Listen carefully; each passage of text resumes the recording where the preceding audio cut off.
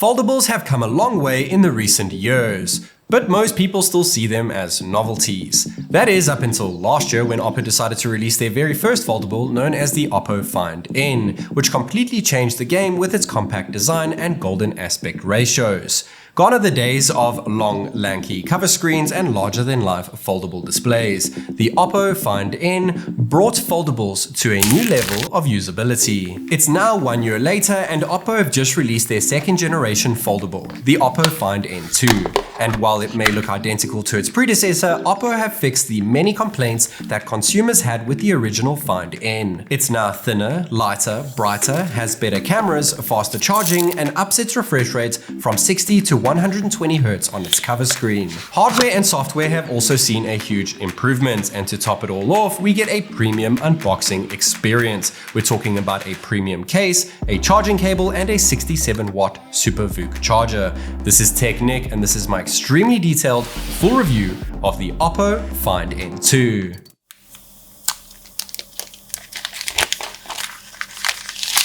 The OPPO Find N2 comes in three main color variants: green, which is the color that I have, which is coated in glass, white, which is also glass, and black, which is the only color that comes in a vegan leather finish. It looks absolutely superb if you ask me. I really like how the back design flows into the camera module like we've seen from recent OPPO flagships. It looks absolutely breathtaking, and if you want the best of both worlds, it's good to know that there is a vegan leather, I'm not quite sure if it is vegan leather, but vegan leather feeling case that comes in the box. It also has a clamp on to go on top of the screen as well, which I'm not the biggest fan of, but it is there if you'd like to use it and protect that front cover screen as well. It looks fantastic with the cover on or off, and the Find N2 has a 4520 mAh battery, 67-watt wide charging, though they have ditched wireless charging to make it thinner and lighter. We have a Snapdragon 8 Plus Gen 1 chipset, an Adreno 730 GPU, LPDDR5 RAM, UFS 3.1 storage, dual SIM 5G, Wi-Fi 6, Bluetooth 5.3, and NFC. As I mentioned earlier, the Find N2 is considerably smaller than its predecessor, putting it on par with the iPhone 13 mini and a lot smaller than the iPhone 14 Pro Max. Not to mention, it's a hell of a lot lighter than the iPhone 14 Pro Max, even though it's a foldable. It did take a page out of Apple's book though, with its square flat edges around the frames of the phone, which in all honesty looks fantastic on this foldable. It's nice and thin, a lot thinner than its predecessor, and it is a lot lighter than its predecessor too. We do have a second generation Flexion hinge this time around, which can hold position between 45 and 125 degrees, which is a step up from last year. Unfortunately, there's no IP certification. The unfolded display is plastic. The cover screen is Gorilla Glass Victus. The side Flexion hinge is made of carbon fiber and alloy, and the sides are made of aluminum, not to mention the back is also made from Gorilla Glass Victus with an aluminum camera module. When it comes to the cameras, we have a 48 megapixel ultra-wide sensor, which is bumped up from last year, a 50 megapixel IMX 890 main sensor, which is heaps better than last year's main camera sensor, as well as a 32 megapixel telephoto camera. Of course, we also get paired with Marisilicon X and Hasselblad branding. We do have flex form in order to capture things using your phone as a bit of a tripod, I guess you could say, which is pretty nifty, a bit of a novelty if you ask me. And we do have a cover screen preview so that when you're taking a photo of the subject, say your girlfriend for instance,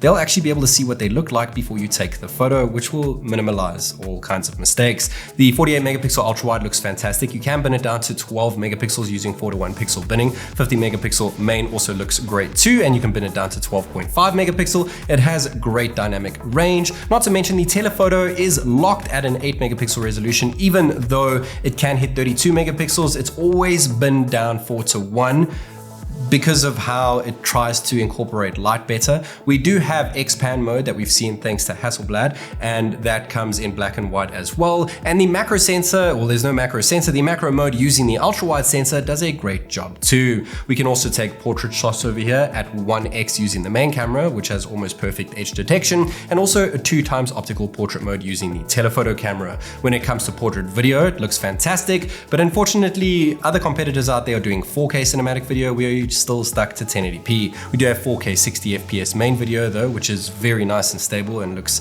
absolutely fantastic if you ask me. And of course, we can also record a 4K 30 FPS video, which is capped at 30 FPS when you decide to enable AI highlights, which tries to make the colors pop more, but I feel like the detail is still better when you're using regular without AI involved. We do have 1080p 60 FPS main video using Ultra Steady, and I am literally running over here. Doesn't seem like it. We also have Ultra Steady Pro, which utilizes the ultra wide camera, and this also does 1080p 60 FPS recording.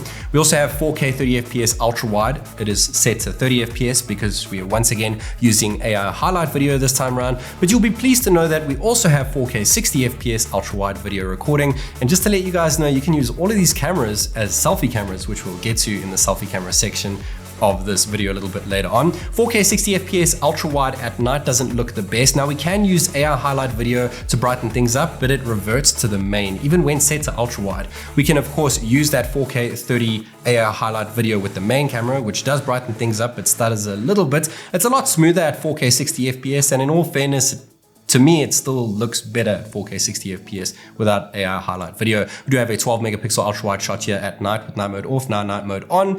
Not a huge difference. Main sensor over here, night mode off and night mode on. Once again, not a big difference, but it does tend to control light a little bit more. The telephoto lens is not used at 2x zoom when you use night mode off or on. It's not used when night mode is off at 5x digital zoom or at 5x digital zoom with night mode on.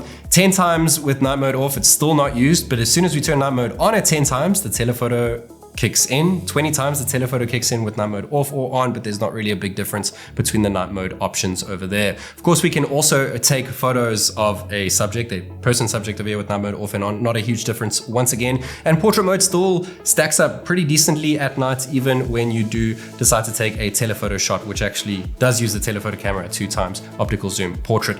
The cameras on the back of the OPPO Find N2 actually do a better job than I was expecting. And that's because it's actually using flagship main camera sensors. It's probably the best foldable in the world in terms of photography and videography. Now we do have that second generation Flexion hinge, which is made of carbon fiber and alloy. It has 100 parts, which is 38 less than the original Find N. It can hold at more degrees than the original Find N, and it has 400,000 uses in terms of folding or unfolding, which in my estimate is about 6 years on average of unfolding and folding 5,500 times a day. It is of course a lot lighter due to that carbon fiber and alloy, so the phone itself is lighter and there is virtually no gap either. And it's a lot thinner too because of this new hinge. Like I said, no gap, so you could even stick a piece of paper in there and it's gonna struggle to come out. So this is arguably the best hinge ever used in a foldable, and I cannot wait to see what they have up their sleeves for the next iteration. We have a power button mixed up with a fingerprint sensor on the right hand side. The volume rocker has actually shifted position for better reachability, and we now have a dual SIM 5G tray. Unfortunately, no expandable storage. There is a water resistant seal, but no IP certification over here whatsoever. We do have a USB 2.0 Type-C port as well as dual stereo speakers paired alongside Dolby Atmos. We have two 22mm selfie cameras, which are both 32 megapixels, one on the cover, one on the unfolded screen, and we can actually use our main sensors for selfies too. As you can see over here, when we tap on the preview, you switch it around, you can control using the cover screen, you can control the main camera so you can see yourself when taking photos. Not quite sure why they actually have selfie cameras when this is an option. I would prefer to take it with the main sensors anyway, probably for video calls. The main selfie sensor, unfolded or folded, looks decent, I guess you could say. Pretty much on par with other phones around their selfie sensors. Using the ultra wide sensor, the back cameras now, looks absolutely fantastic. We can use native resolution on them as well as on the main, and we can bin them down 4:1 pixel binning on the ultra wide and the main as well, and they both look absolutely fantastic, especially when it comes to portrait mode. You'll never get another selfie like this on any other phone using a regular selfie, and you can obviously zoom in as well using the folded selfie camera. Also does a decent job, pretty much exactly the same as the unfolded selfie camera. What's up guys, this is TechNeck recording a 1080p 30 FPS selfie video using the cover screen. We have the same selfie camera on the cover or the unfolded screen on the OPPO Find N2. Let me know your thoughts on the audio and video quality when recording using the selfie cam. And here is 1080p 30 FPS bokeh video using the cover screen on the brand new OPPO Find N2. Of course, when it comes to main back cameras, we can also record portrait video. It's also capped at 1080p 30, but because of the larger lenses, it actually takes a much better video. 4K 60 FPS main video using the back cameras looks absolutely phenomenal. I'm not sure why anyone would want to use the selfie cameras after seeing this. 4K 30 FPS main video using AI highlight to pop colors more, kind of softens my face a bit, and we can use ultra steady mode using the main camera when taking selfies, as well as ultra steady pro, but it doesn't do the best job with the pro mode since I'm a bit too close to the sensor. We also have ultra wide video with AI highlights at 4K 30 FPS, which looks okay, but 4K 60 FPS ultra wide video looks a lot better. Once again, I'm a little bit too close to the sensor to make the ultra wide sensor truly pop, but the main sensor does a great job. Ultra wide at night 4K 60 looks decent, and switching to 4K 30 with AI highlight once again reverts to the main camera. Of course, we can also do 4K 30 AI highlights with the main camera, which looks fantastic. Once again, softening my face a bit, as well as 4K 60 FPS using the main camera, a lot more dim but slightly more textured and detailed. So overall, I think the selfies look pretty good. Even when you take selfie video at night, looks pretty decent with folded or unfolded. 1080p 30 FPS is the cap over there. And when it comes to taking selfies using the selfie camera at night with night mode on, doesn't make a huge difference in terms of night mode off or on. We can also take a portrait shot, which actually does a very decent job at night, and you can enable the flash as well to pop your subject a little bit more. You can use night mode off or on using the back main cameras. Once again, does a great job, especially when you throw on that portrait mode with awesome edge detection and great light blurring effects in the background over there, as well as 2x optical zoom portrait shots. It's unbelievable to me that you can use the back main sensors as your selfie sensors on the daily, which is definitely what I'm going to be doing going forward. It's something that most vloggers are going to be super excited about that you can do with this foldable, and the fact that it's such a compact design means that you can use this device on the daily and get such great footage. And now it's time to power on this wonderfully compact designed foldable phone. Getting to the always on display, which is always on the cover screen. We do have the side mounted fingerprint sensor, which is nice and easy to use. There's also an always on display on the unfolded screen, and we can use the fingerprint sensor from there too. We also have 2D face unlock with a slight double tap to unlock your phone on the foldable screen or the unfolded screen, which work fantastic. And you can actually unfold your device in order to use the face unlock, which is a big plus for me. I think all foldables should have this feature. And we do have these very awesome live dynamic wallpapers, which shift when you go from folded to unfolded. They look absolutely pleasing to the eye. Talking about pleasing to the eye, the foldable display is a 7.1 inch AMOLED flat display. It has a 9 by 8.4 aspect ratio, so pretty much a square. We have 370 pixels per inch. It supports HDR10 plus content. It is a lot brighter when compared to last year's find-in at 1550 nits. It also has a 1 to 120 Hz LTPO refresh rate and an increased 480 Hz touch sampling rate. The cover display has seen the biggest improvement here with a slightly larger 5.5 inch AMOLED flat display. It is a lot less flat on the right edge compared to last year's, which was slightly curved. It is a 17.7 by 9 aspect ratio. It has a 429 pixels per inch, so the PPI is increased from last year. It also supports HDR10 plus content. It is also brighter at 1350 nits and has now a 120 Hz refresh rate, up from last year's 60 Hz, and matching the folded display 480 Hz touch sampling rate. The bezels are very slim and symmetrical on the cover display and very symmetrical on the foldable display as well, which makes for a great viewing experience. And we do have that wonderful 1 to 120 Hz LTPO display on the foldable display and 120 Hz fixed refresh rate on the cover display.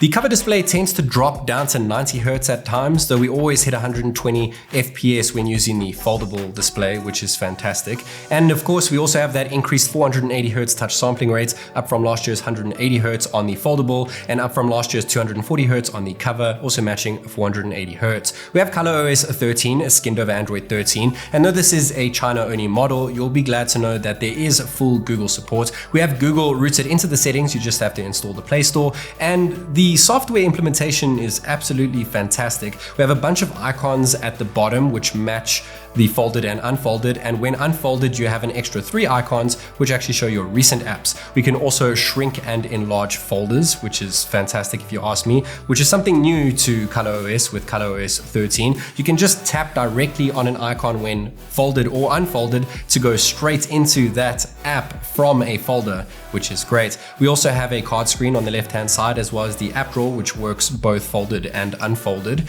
And we also have a notification center, which looks identical on both folded and unfolded, utilizing the screen space differently, of course. And we do have a bunch of different personalization options, as well as Google settings rooted into the device. Like I said earlier, you just have to install the Play Store and it works phenomenally, folded or unfolded. Going into YouTube now, as you can see, I am logged into my account and playing ColorOS's 13 video, skinned over Android 13. Definitely check that out after this video. Comparing the aspect ratio to the iPhone 14 Pro Max on the right hand side, it's not much bigger when unfolded because of those black bars. But what you can do is go into flex form mode, which allows you to view different content on your bottom screen and watch the video on your top screen, such as comments on the bottom. And it does adjust this time around, unlike last year's, which had issues with that on YouTube. We do have the flex form mode, very similar to flex mode on the Galaxy Z Fold series, but it's not very compatible with many apps since this is the China only variant. Well, there's only one in China. There's split screen mode, which is great, which you can use from the sidebar. Another way that you can use split screen mode is by slicing down with 2 fingers in the middle and then selecting another app to go into split screen, which is fantastic. And it does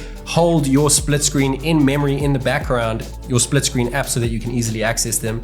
You can also bring in a mini window such as Chrome over here, and you can drag it around your screen and pin it to the right hand side, go back to your split screen apps and bring it back in. We can also take a screenshot when in split screen of each screen individually or the whole screen completely. You can't do that when you're on your home screen though, and you can see over here in the gallery app how that works. You can also go into split screen within the gallery app, and you can then compare photos side by side, or have your preview photos on the one side and your photo open on the other side, which is fantastic. Pop that out, close it up. And of course the haptics are fantastic, and because of the great form factor, you actually don't need to split the keyboard, and Haptics have taken things to another level even when using the cover screen, which is once again very easy to use. But what about those dual stereo speakers? Let's go ahead and give them a listen.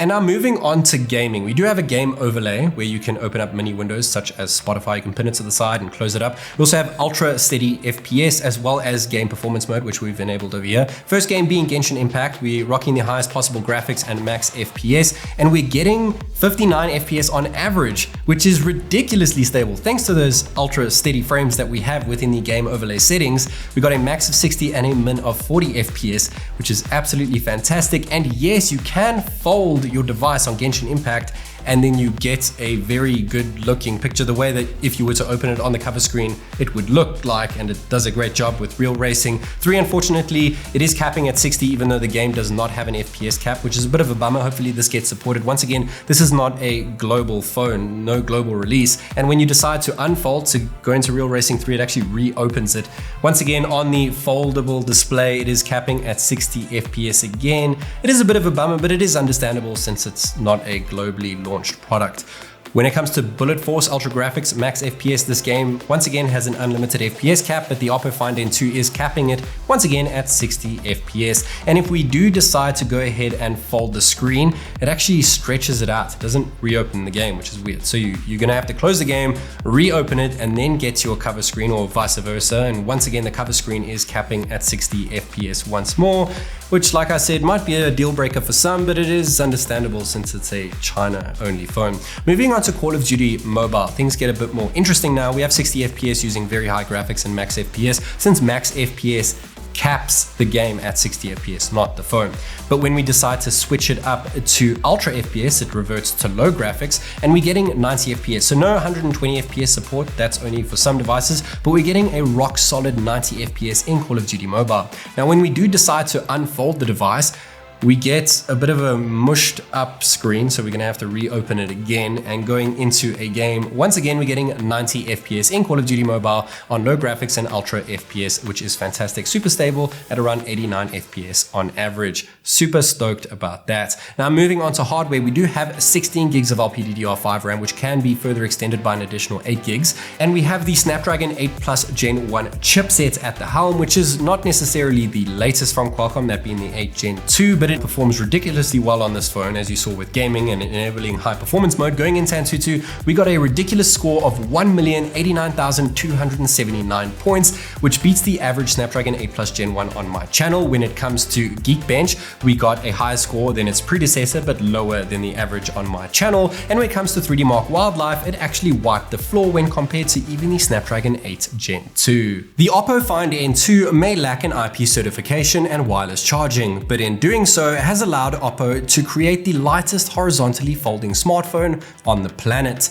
Not only is it lighter than its predecessor, but it's thinner too, and even though OPPO had to ditch wireless charging to achieve this, they have increased wired charging speeds by an insane amount. Another huge improvement here is the 120Hz cover screen, which sat at 60Hz on its predecessor, which means that you will now be able to game on higher refresh rates regardless of the screen being used. It performs like an absolute champion in terms of benchmarks thanks to its improved hardware, and takes photos and videos like no other foldable I've seen thanks to its refined camera system. All that said, the best thing about the Find N2 for me is its golden aspect ratio, making it easy to use this foldable on the daily. It's unfortunately a China only phone for the time being, but is still a contender in my books for foldable of the year, especially when you consider that price tag. Let me know your thoughts on OPPO's latest foldable in the comment section down below. This is TechNick, and I'll catch you in the next one.